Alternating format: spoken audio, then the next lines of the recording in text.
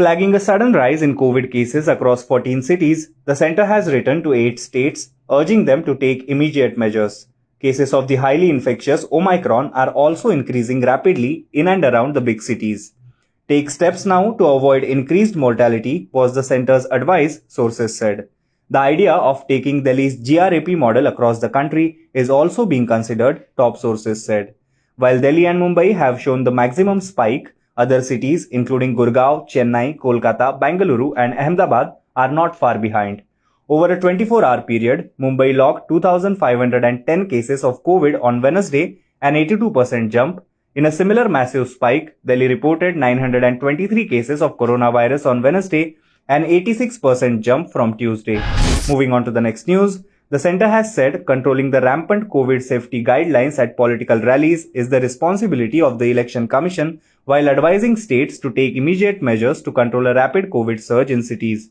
Asked about the violation of COVID safety at election rallies, the government's COVID task force chief VK Paul said, "We have explained the framework of responsibilities from all of us that applies to all of us. About elections, this is the domain of the Election Commission. The Election Commission has already said that it is not in charge of the situation till the elections are announced and the Model Code of Conduct comes into effect."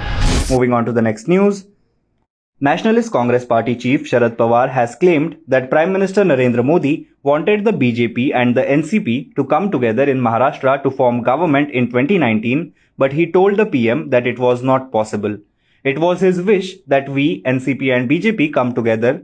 However, I went to his office and told him it was not possible. I told him that we do not want to keep him in the dark. Our stand is different," said Sharad Pawar. Questioned about the Prime Minister's reaction to his response, Sharad Pawar said PM Modi asked him to think over it. With this proposal, PM Modi might have thought that by doing this, a stable government could be formed in the state, Sharad Pawar said. Moving on to the next news, Shiv Sena MP Sanjay Raut, who was seen without a mask at an event on Thursday, claimed he was following the Prime Minister's example. On the sidelines of the event at Nashik in Maharashtra, some reporters asked the Rajya Sabha member why he was not wearing a mask, a norm to be followed to curb the spread of COVID-19. To this, Mr. Raut said, Prime Minister Narendra Modi tells people to wear masks, but he himself doesn't wear one.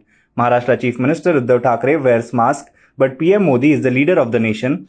I follow the Prime Minister and therefore I do not wear a mask, and even people do not wear masks. Moving on to the next news, the Directorate General of GST Intelligence, DGCI, has refuted claim that Uttar Pradesh businessman Piyush Jain, who was raided by tax officials recently, deposited Rs 52 crore as tax payment. The DGCI said Rs 197 crore cash seized from Piyush Jain during the raid was not his business turnover. Earlier, Piyush Jain's lawyer claimed that the businessman deposited Rs 52 crore as tax liability against his dues through an application before the court. The DGCI seized Rs 197.49 crore in cash, 23 kg of gold and other goods worth over Rs 6 crore from his premises linked to Piyush Jain, partner of Odocam Industries.